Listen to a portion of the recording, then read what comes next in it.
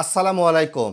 একদিকে ৬টি তালিকাভুক্ত ব্যাংক রেকর্ড মুনাফা করতে পেরেছে, বিপরীতক্রমে ৫টি ব্যাংক লোকসান দিয়েছে বিশাল পরিমাণে। এই বিষয়টি বাংলাদেশের ব্যাংকিং খাতের ২০২৫ সালের প্রথম ৬ মাসের চিত্র। ভিডিওটা ইনফরমেটিভ হচ্ছে, তাই অবশ্যই ভিডিওটা কন্টিনিউ করার আগে ভিডিওটা লাইক করে চ্যানেলে নতুন হলে সাবস্ক্রাইব করে দিবেন। কোন কোন ব্যাংক কি পরিমাণ লাভ করলো এবং কোন কোন ব্যাংক লোকসান দিল। প্রথমে রয়েছে ব্র্যাক ব্যাংক। ২০২৫ সালে যাদের লাভের পরিমাণ ৯০৫ কোটি, ২০২৪ সালে ছিল প্রায় ৫১৯ কোটি প্রথম ৬ মাসে। এরপরে রয়েছে পূবালী ব্যাংক। ২০২৫ সালের প্রথম ৬ মাসে তাদের লাভ ৫৭৮ কোটি, ২০২৪ সালে প্রথম ৬ মাসে লাভ ছিল ৪৩১ কোটি।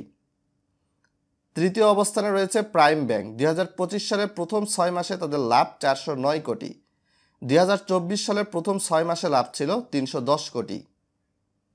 এরপরে রয়েছে ইবিএল বা ইনস্ট্যান্ট ব্যাংক। ২০২৫ সালের প্রথম ৬ মাসে তাদের লাভ ৩৫১ কোটি, ২০২৪ সালের প্রথম ৬ মাসে তাদের লাভ ছিল ৩২১ কোটি।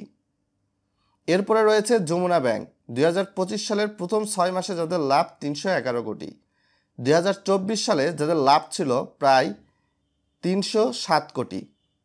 ব্যাংক এশিয়াও কিন্তু লাভের পরিমাণটা বাড়িয়েছে ২০২৫ সালের প্রথম ৬ মাসের দিকে চলে এসে। এই ৬টি ব্যাংকের খেলাপি ঋণ কম থাকায় ট্রেজারি বন্ডে বেশি বিনিয়োগ করতে পেরেছে। ট্রেজারি বন্ড থেকে নিরাপদ ও ভালো মুনাফা পেয়েছে, যা প্রভিশন বাড়ানোর প্রয়োজন কমিয়েছে। ২০২৫ সালের প্রথমার্ধে City Bank, Bank Asia, Dhaka Bank, Mercantile Bank, Shahjalal Islamic Bank ও সাউথ ইস্ট ব্যাংকও লাভ দেখিয়েছে। বিপরীতক্রমে যে ৫টি ব্যাংক লোকসান দিয়েছে তার মধ্যে রয়েছে প্রথম অবস্থানে এবি ব্যাংক। ২০২৪ সালের প্রথম ৬ মাসে যাদের লাভ ছিল ১৪ কোটি, কিন্তু ২০২৫ সালে এসে যাদের প্রথম ৬ মাসে লোকসানের পরিমাণ ১৭৫৮ কোটি, যা পার্সেন্টেজের দিক থেকে যদি তুলনা করা হয় -১২,৬৫৭.১৪%। এরপরে রয়েছে ফার্স্ট সিকিউরিটি ইসলামী ব্যাংক। ২০২৪ সালের প্রথম ৬ মাসে যাদের লাভ ছিল ৯০ কোটি, কিন্তু ২০২৫ সালের প্রথম ৬ মাসে যাদের লোকসান দিতে হয়েছে ১৬৯১ কোটি, যা পার্সেন্টেজের মাধ্যমে তুলে ধরলে আসে -১৯৭৮.৮৯%।